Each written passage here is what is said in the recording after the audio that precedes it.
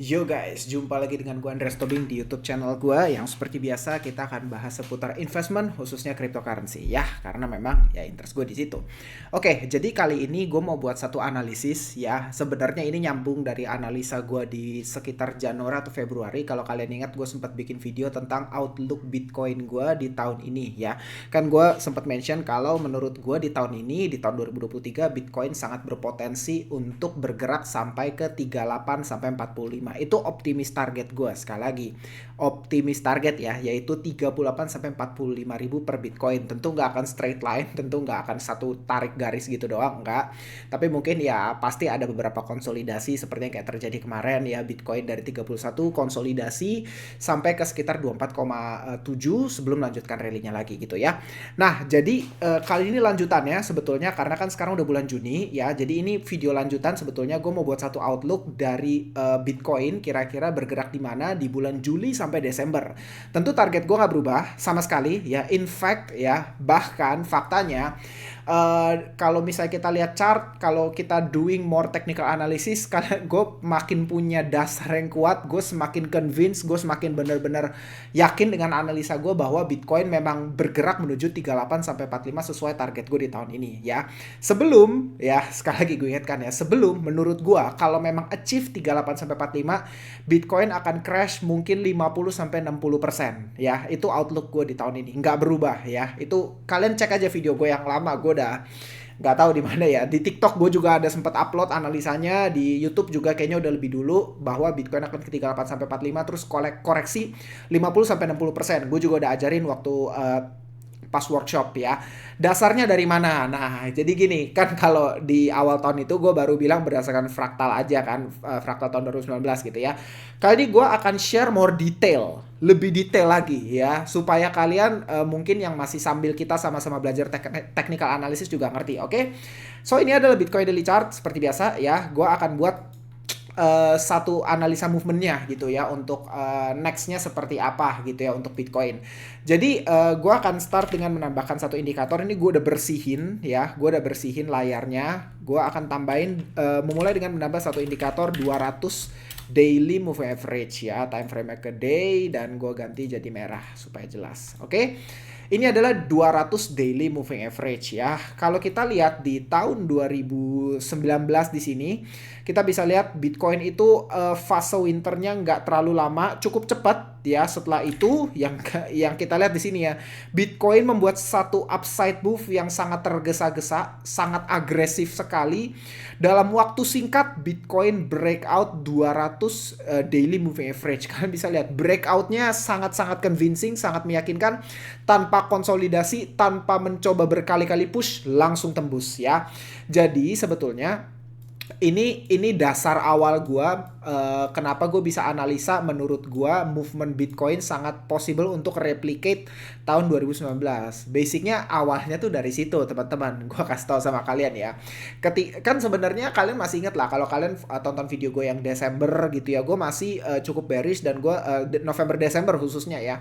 Gue masih berkata di TikTok bahwa sangat potensi Bitcoin bisa ke 10 sampai 12 ribu ya. By technical analysis, by on chain, bukan on chain tapi by miners capitulation, by cycle, gue udah jelasin semua, gue nggak ulang lagi di sini ya. Tapi waktu itu yang bikin outlook gue langsung berubah seketika ya, gue langsung kayak oke, jangan-jangan gue langsung rubah outlook gue waktu itu. Kalau teman-teman ingat pertengahan Januari gue langsung rubah outlook gue langsung akumulasi secepat itu gara-gara gue ngeliat movement ini yang pertama. Cepat sekali tembus ya, sangat meyakinkan, dan gue begitu langsung gue cek historik ya, memang spring 2019 kita melihat gerakan yang sama. Itu tidak terjadi di spring 2015. Teman-teman lihat nih ya, ketika yang tahun 2015 kalian bisa lihat nih konsolidasi ini panjang banget nih, panjang banget. Breakoutnya pun nggak meyakinkan gitu. Kalian bisa lihat nggak ada movement yang sangat-sangat agresif tuh, nggak ada ya. Makanya gue consider mungkin ini beda, kita nggak bisa samain dengan cycle 2015, tapi kita bisa lihat ada kayak satu fraktal di sini ya, satu kesamaan pola gitu, kayak pola yang berulang gitu. Di sini movementnya agresif gitu. Makanya gue langsung jadiin outlook eh yang sama persis gitu. Dan kita bisa lihat nih, gue bukain nama kalian aja ya, analisa tahun 2019 ya. Movementnya cepet banget. Kita bisa lihat dari bottomnya sini Bitcoin itu naik sampai kalian bisa lihat 341%. Dari topnya ya kalian bisa lihat Bitcoin itu reclaim sampai nih kalian bisa lihat dari topnya Bitcoin itu reclaim sampai dengan hampir 70% nih kalian bisa lihat ya. Cuman sisa 30% dari top. Kalian bisa lihat movementnya sangat agresif dan sangat cepat. Kalian bisa lihat jadi seolah-olah Bitcoin itu reclaim 70% kejatuhannya hanya dalam 1 tahun. Kenceng banget kan? Kenceng banget. Tapi obviously setelah itu kita bisa lihat ya Bitcoin koreksi sampai dengan berapa persen? Nih lihat nih 72%. Ya, itu COVID crash ya waktu itu ya. Apakah kali ini apa? Nggak tahu. Apakah nanti tiba-tiba Fed resesi apa, gue nggak tahu lah ya. Gue nggak mau bahas terlalu jauh ke situ dulu. Tapi di sini gue mau analisa movementnya. Kan bisa lihat setelah breakout ini ya yang dengan sangat confident. Udah gitu kan sempat konsolidasi di sini, lanjut rally, konsolidasi sini, lanjut ini peaknya. Oke, kita bisa lihat sama-sama peaknya ya. Nah, dari movement terakhir kita bisa lihat ya, ini sebetulnya kita bisa tarik satu pole aja. Ini kan kalau kita coba ukur-ukur pergerakannya di sini ya, kita tarik garis lurus, kita copy ke pergerakan yang ini ya, kita bisa dapat bentar. Salah kok gue narik dari sini. Sorry. Dari sini maksud gue, guys. Dari sini ya. Dari yang terakhir konsolidasi, terus ini sampai peaknya kan di sini nih. Kalian bisa lihat ya. Salah. Kalian bisa lihat ketika naik pertama terus konsolidasi jebret ya koreksi yang terakhir habis itu naik sampai sini ya. Ini bisa gue copy ya, dan kita bisa lihat kenaikannya tuh sebenarnya cukup mirip di sini. Jadi udah kayak ada wave kenaikan gitu. Nah, kita bisa lihat ini tuh menurut gue akan ada jadi satu pattern yang cukup mirip ya. Gue udah nggak bahas ini lagi. Kan kalau yang kemarin analisa gue sebetulnya simple banget. Gue cuman bikin Bitcoin itu menurut gue bergerak dalam satu parallel channel. Di sini bisa kita tarik ya. Ini gue kosongin dulu biar teman-teman bisa ngikutin analisanya, kayak dapat walkthrough-nya ya. Kalian bisa lihat ya, Bitcoin itu kan setelah naik di sini kan naik terus dia di sini kan bisa lihat ini bullish consolidation. Kita bisa lihat ya. Higher low, lower low, ini tuh benar-benar bullish consolidation pattern gitu ya. Yang kalau di sini namanya bull flag ya, bullish flag ya. Kita lihat ya dia menarik. Nah, bull flag itu secara teori kan sebenarnya simple sekali ya. Kalau kalian pelajari chart patterns, bull flag tuh simple. Cuman ada dua pembentuk bull flag. Yang pertama pole, tiang, yang kedua flag ya. Sama kayak tiang bendera ya. Jadi ada tiangnya, ada benderanya. Ya, kita bisa tarik di sini kira-kira seperti ini ya. Ini tiangnya, ya ini pole-nya nih. Yang hari ini pole-nya. Habis itu ini flag-nya. Oke, ya jadilah bull flag. Nah, kita sebetulnya gini, kalau kita mau ukur kenaikannya, jadi gini, kalau misalnya ukur kenaikan kira-kira setelah bull flag bullish consolidation, nah terus target kenaikannya lagi berapa, kan itu yang kita mau ukur. Sebetulnya simple sekali, kita cukup tarik ini sebagai perkiraan ya. Kita bisa tarik pole di sini ya, kita hubungkan sama titik tertingginya. Gue bisa copy ini ke sini ke yang bawahnya ini, jebret di sini, maka ini adalah target kenaikan kita berikutnya di sekitar 38 sampai 39 ribu ya. Menurut gue ini adalah post target Bitcoin berikutnya. Menarik sekali karena kenapa? Gue balik yang sebelumnya ya. Kita bisa lihat di sini kenaikannya itu di mana. Kalian bisa lihat kan dia itu reject terakhir di sini. Ini kan gue bilang nih, gue ukur tiang kayak coba ukur wave kenaikannya. Nah, kita bisa lihat kenaikannya di mana. Kalau misalnya kita bentuk satu pattern di sini ya, gue ganti jadi weekly ya supaya lebih enak ya. Kalian bisa lihat movement Bitcoin itu ini. Nah, di sini movement Bitcoin itu kan kita bisa lihat seperti ini. Set, drop, naik, drop, naik. Udah, terus lah ya, kira-kira seperti itu ya. Nah, kita bisa lihat secara structure ya. Kita bisa lihat area supply-nya itu untuk yang di sini ada, ini kan di sini ada area supply nih. Ada beberapa tail ya. Nah, disinilah batas target kenaikan Bitcoin waktu di cycle sebelumnya di sini.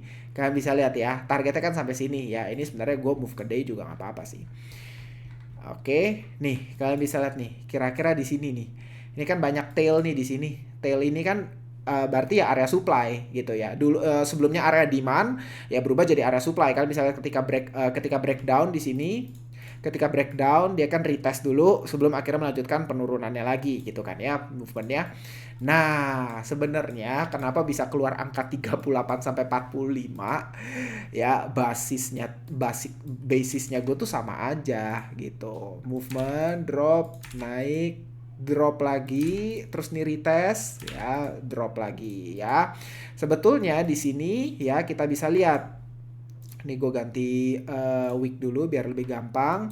Kalau di sini kita bisa lihat area supply-nya ada di mana ya. Obviously di sebelah sini nih, gampang banget nih. Kita langsung tarik aja nih. Ya, kita bisa lihat ini ada tail-nya. Clear sekali di sini area supply-nya. Menurut gue ini gue ganti merah aja supaya kelihatan jadi area supply atau area buang barang. Di sini nih ketika movement pertama di sini ya. Kalian bisa lihat pergerakannya drop terus naik higher low ya higher low kok higher low sih lower high terbalik lower high turun lower low di sini habis itu nih retest di sini retest ya tapi membentuk lagi lower high drop lagi lower low gitu ya. Nah maka gue lihat di sini kan area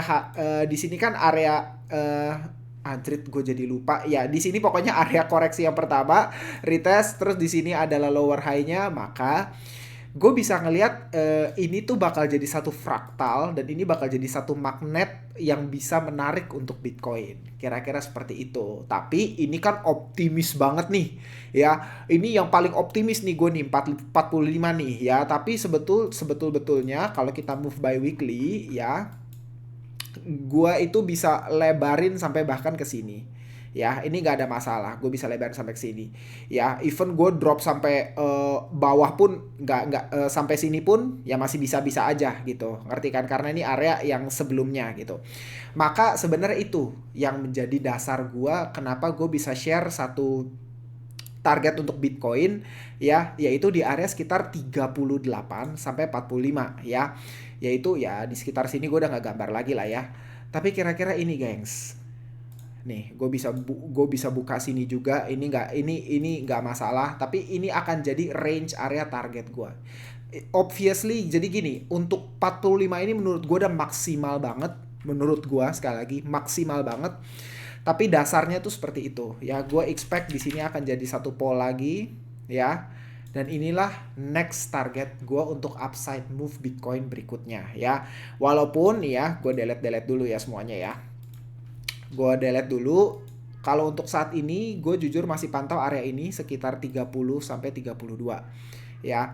Gue pribadi akan sangat surprised ya jika ternyata ini langsung tembus. Ya, ini langsung breakout. Gue pribadi akan sangat surprise area 30 sampai 32 kalau langsung tembus.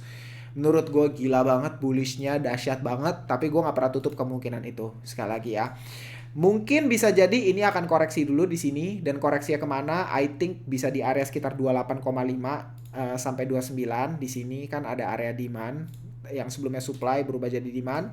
Menurut gue ini bisa jadi satu kalaupun ternyata misalnya nih Bitcoin koreksi sampai ke area 28,5 sampai 29, menurut gue sah-sah aja. Gue masih akan melihat ini sebagai satu bullish movement. Gue nggak akan berubah. Dan misalnya nih kalau kita gambar ya, bisa aja jebret langsung, atau ternyata Bitcoin misalnya koreksi dulu ke sini ya, konsolidasi dulu, naik lagi, turun lagi, terus baru tembus, possible ya. Gue nggak menutup kemungkinan ya, karena ya short term move kan kita perlu terus menerus identifikasi, kita perlu terus menerus cari support, resistance. Kita lihat berdasarkan MA, terus kita lihat berdasarkan mungkin konfirmasi lagi di MACD atau candlestick patternnya ya. Tapi ya gitu, itu ya. Jadi kira-kira ini outlook gue untuk Bitcoin dan penjelasannya untuk movement Bitcoin di semester 2 versi gue. Sekali lagi, apakah ini pasti terjadi ya, pertama-tama apakah ini pasti terjadi nggak tahu ya. Bisa juga gue salah ya, sangat possible gue salah. Gue nggak bilang gue technical analis yang paling bener, nggak, bisa jadi gue salah ya. Tapi ini analisa gue ya, ini sekali lagi analisa gue. Dan untuk apa yang gue lakukan, gue masih akan konsisten dollar cost average ya. Gue akan konsisten dollar cost average. Cuman gini guys, yang kalian perlu perhatiin, hati-hati banget kalau kalian collect alts ya. Hati-hati banget, karena kalian bisa lihat Bitcoin dominance terus menerus naik. Oke. Eh, tandanya apa?